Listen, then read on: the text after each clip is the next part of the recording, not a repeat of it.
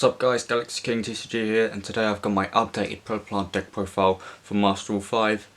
In Master Rule 5 I feel like this deck could be a pretty good rogue option because it can search out cards like Super Polymerization and the fusion monsters are pretty decent. So let's go on with the deck profile. Most basic PREDAPLANT engine is the 3 PREDAPLANT Orphan Scorpio and the 1 Darlington Cobra. This is just your starter engine to search any fusion cards that you want, and it's the best going first or going second player that this deck probably has. And Orphan Scorpio and Darlington Cobra, they're still probably one of the best fusion engines that the game has at the moment. So definitely this ratio. You can play 2 of this if you want, if you're afraid of opening Darlingtonia in your hand, but for the time being all I play is 1. But you can mess around with the ratios as you like, but for the time being 1 is all I play at the moment. For the additional PREDAPLANT monsters, I'm playing 3 Chlamydia Sundew and 3 Saracenian. Chlamydia Sundew is the super poly on legs because you can use monsters from your hand or field as fusion materials, and also you can use monsters with a predator counter as well. So it's not as good as super poly, but in certain situations it makes monsters that have predator counters dark. So in a situation where if you're going up against a deck that doesn't run any dark monsters and you have predator counters on them, Chlamydia Sundew will make them dark when you use super polymerization. So it just goes well with super poly. And Saracenian is a really good extender because when your opponent declares a direct attack, you can special summon this card from your hand, and then if this card battles an opponent's monster, you can destroy that monster. And then, if this card is destroyed by battle or sent from the field to the graveyard by a card effect, you can search out any PREDAPLANT card from your deck to your hand. So this is basically a Karibo and a Rotor for your PREDAPLANT cards, and Chlamydia Sundew is a super polymerization on legs. So that's for the additional PREDAPLANT monsters. For the one-offs, I play 1 Diflogium Hydra, 1 Banks Yoga, and 1 Helium. I can't pronounce that, so I'm sorry about that. Diflogium Hydra and Banks Yoga are your kaijus of the deck because you can tribute a monster with a predator counter and special summon them from your hand or graveyard. Diflogium Hydra is the only one that special summons from the graveyard, unfortunately. But that does have another effect where you can banish a PREDAPLANT monster from your graveyard, and then one monster your opponent controls loses 500 attack permanently, and that's a quick effect. So in certain situations it can be useful, in certain situations not really, but it's up to you if you want to use that effect or not. Banks Yoga only special summons from the hand by tributing a monster with predator counter, and then if it leaves the field it places a predator counter on all face-up monsters the opponent controls. And it's a tuner as well, but I don't really play any synchros in the deck because I don't see any need to. And then the level 8, I'm not too sure on it. I might take it out, I'm not sure yet. But if your opponent controls a monster with a predator counter, you can special summon it from your hand. It would be better if it allowed you to tribute that monster, but for the time being all it serves at the moment is a monster reborn for any plant or dragon monster in your graveyard, and discard fodder and fusion material for greedy venom or starving venom, really, or any of your PREDAPLANT monsters at that point. But yeah, it's your point. It's your decision if you want to play this card. I just play it for the greedy venom fusion, but that's all it is at the moment. So that's it for the PREDAPLANT monsters. For additional support, I have triple Lonefire. It's unlikely that It's unlikely that Lonefire Blossom will get hit like it did in the OCG, probably because there aren't that many decks in TCG that I know of that play Lonefire. So at the moment we have access to 3 Lonefire Blossom, and that's really good. So yeah, triple Lonefire, just to search out all of your plant monsters in the deck. And then for an engine I was skeptical about at first, but after playing with it, it worked really well, is 2 Edge Chain. We don't run any Fright Throw fusion monsters in the deck, but Engine Chain and Fright Throw Patchwork work really well together, because if you discard Engine Chain off of Wolf of Scorpio, you get access to your Darlingtonia Cobra, which will search out a fusion card, and then this card will search out a copy of Fright Throw Patchwork, which will search out a copy of of your Polymerization and another Engine Chain. And then you've got more materials to work with then, and it speeds the deck up a lot. So yeah, definitely 2 Engine Chain at the moment. And then for hand traps, I just have the 2 Ash Blossom, because one of the best hand traps at the moment that the game has. So that's it for the main deck. For the main deck monsters. And then for the spells, I have 1 Predaplonix and 1 Predaplast. Predaplonix is useful because it allows you once per turn to special summon a Predaplant from your hand or graveyard, but the effects are negated. And during the standby phase, you do have to pay 800 life points or that card is destroyed. And Predaplast, that card helps you put Predacounters on the field by revealing any number of Predaplant cards in your hand. And then if your Predaplant must also be destroyed by battle, you can banish this card from the graveyard instead. So these are just one-offs at the moment. They're still pretty useful, but at the moment one of each is all I play at the moment. And for the other Predaplant spells, 2 Predapractors. This is an amazing card. It came out in Immortal Destiny. It special summons a Predaplant from your hand, and then you can add a Predap card from your deck to your hand. Unfortunately, it does lock you into fusion monsters for the rest of the turn, but it must do 5, and at this point it doesn't really matter because the majority of your deck is fusion monsters. So 2 of this, it's a really good opening card, and it can really come in useful in certain situations. And then 2 Pruning. This is a searchable monster reborn for your Predaplant monsters, and it works really well. So that's it for the Predap spells. For the fusion spells, I have 1 Ultra Polymerization. This is a searchable link combo card. You fusion summon fusion monster from your extra deck by paying 2000 life points, using monsters from your field, and your opponent can't respond to this, so that just makes it even better. And then you can banish it from the graveyard, then target the 2 fusion materials in the graveyard, special summon them, and then at that point you can just link away into whatever you need. And then the 2 normal Polymerization, just because it's a searchable Polymerization, and yeah, if you play any fusion deck, you would know that, yeah, 2 Polymerization. You can play Fusion Substitute if you would like. I don't, because Fusion Substitute, the draw effect and recycle effect is good, but it requires you to have the fusion materials on the field, and if you don't have the fusion materials on the field, it can just be a bit bricky and not very useful. But 2 normal Polymerization is what I'd go with, because it allows you to use monsters from your hand and field as well. But if you want to, you can play Fusion Substitute, but for the moment I just play 2 normal Polymerization.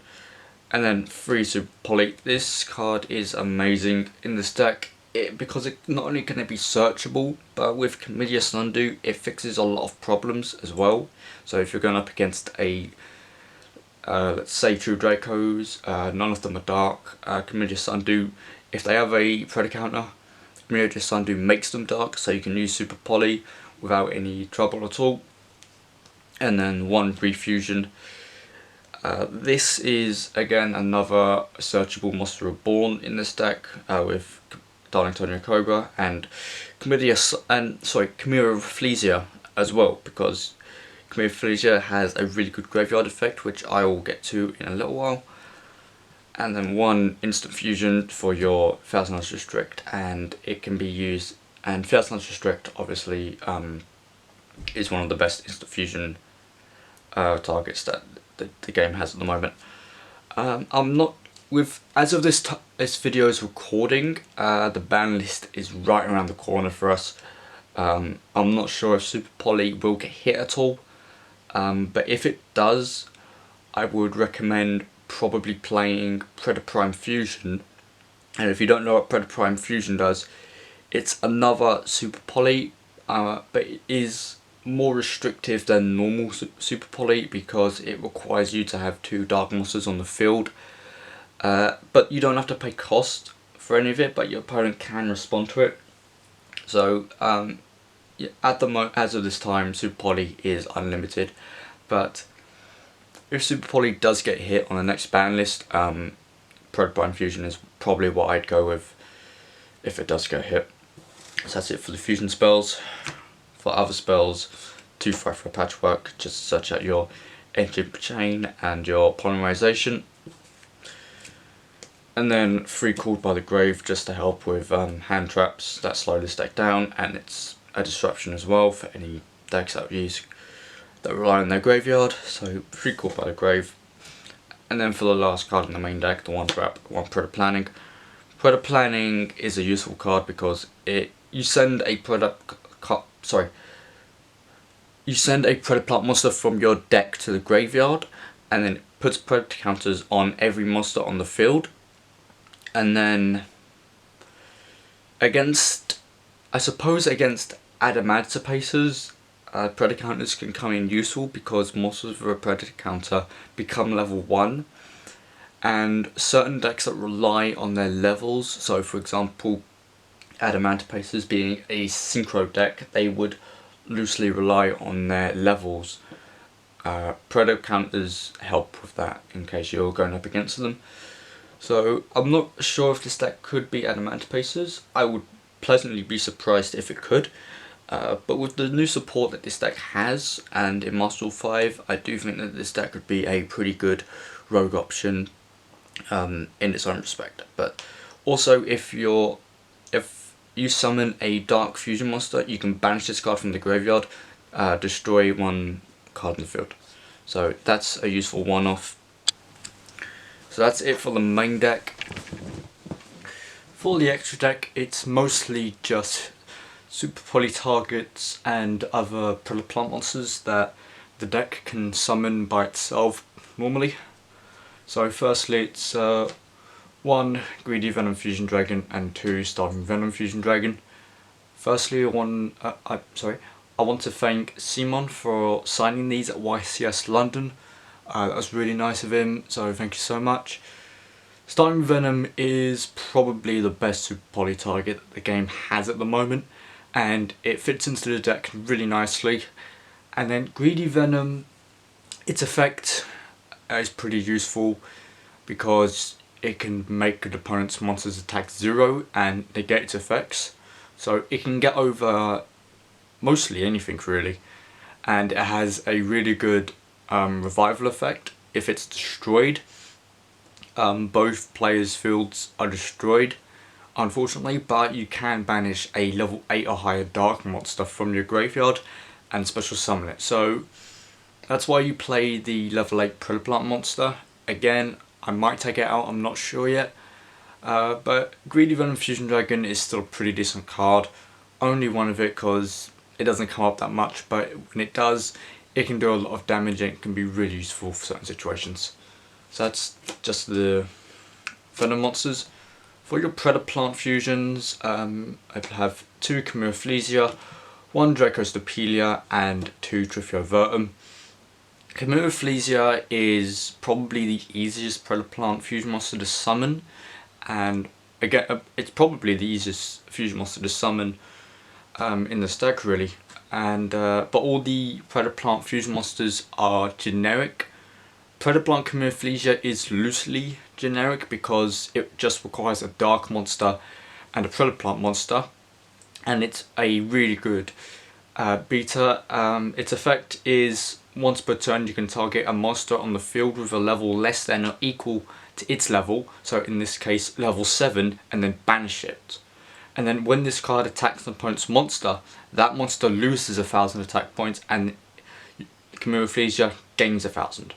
So it can get over a lot of things and it can do a lot of damage. And then it has a really good graveyard effect where if it's in the graveyard during the standby phase, if it was sent to the graveyard during the standby, if it's in the graveyard during the standby phase, you can search out a polymerization or fusion spell. So it can search out really anything. You can search out refusion for Monster Reborn if you want to get it back, or you can search out super polymerization if that's what you think. But yeah, depending on the situation, you go for whatever you want really. And then Dracostopelia is probably more generic than Camouflegia or Trifiovertum because it just requires a dark monster and a fusion monster, and it's any fusion monster, it doesn't have to be dark. So against decks that like so say Thunder Dragon, I know it doesn't really, I know since Colossus got banned it isn't played around that much, but against a deck that uses fusion monsters this can be really good. It's up to you if you want to side a second one. I only play one because it's a bit how can I say this? While it is more generic than Camouflegia or Trifiovertum, it's still very situational to summon it because of its materials being a fusion monster and a dark monster. But its effect is really good because once per turn, and this is a quick effect, you can place a predator counter on the field or on any monster, and then monsters with a predator counter have their activated effects negated. So it can come up, it's a really useful card, and it can come up and it can do a lot of useful things. And then Trifiovertum, it's harder to summon because it requires 3 dark monsters, but you can use tokens. Unlike Starting Venom where you can't use tokens, Trifiovertum can. But if you do manage to summon it, it's a really good card because it gains attack equal to the attack of all monsters on the field with a predator counter. And then if your opponent will special summon a monsters from the extra deck, you can negate and destroy that, and that includes pendulum summons as well. And then it has a really nice revival effect where if it's in the graveyard and there's a monster on the field with a predator counter, you can special summon it in defense position. So this card can get really strong in terms of attack points, and it has a built-in extra deck negation. So Dracostopelia and Trifiovertum, if you manage to get those out in the first turn, and maybe with PREDAPLANTing on the field, you've got a pretty decent first turn board there. But you can mess around with these ratios as much as you like. 2 Camouflegia I would definitely play at because that's the easiest fusion monster to summon. Dracostopelia and Trifiovertum, you can mess around with the ratios there as much as you like, but for now this is what I play. And yeah, the fusions are pretty decent. And then for the other fusions, I have 1 Mud Dragon of the Swamp and 1 Thousand Eyes Restrict. Mud Dragon of the Swamp just because it's a super poly target and it works well with Dracostopelia if you want to go for it, and because it can change its attribute, because most of the PREDAPLANT, or all of the PREDAPLANT fusion monsters require a dark monster, you can change it to the dark and then it suits the fusion monsters really well.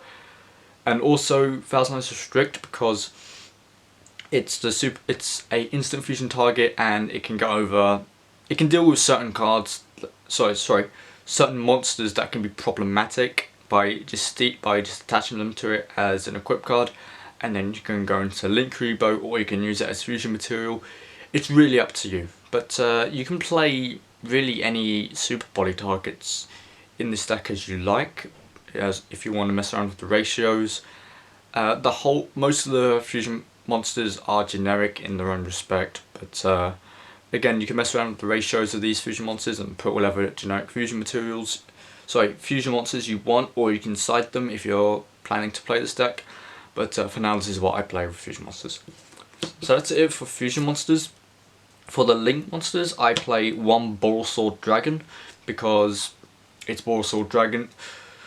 1 Aroma Jasmine, it's really useful in this deck because it speeds up and it can search out pretty much any plant monster in the deck, and it's a good going first or going second card for this deck. And then 1 PREDAPLANT Verte Anaconda.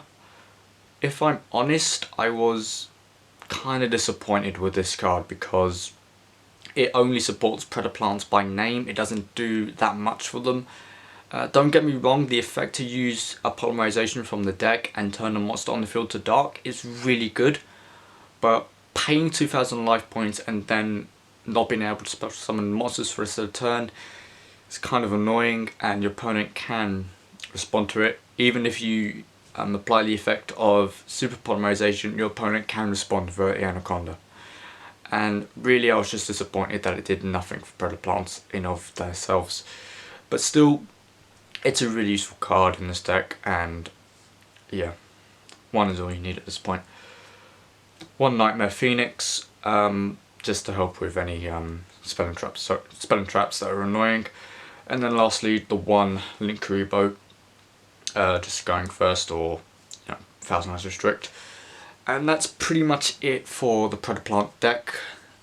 If you enjoyed, leave a like, and if you want to, go ahead and subscribe.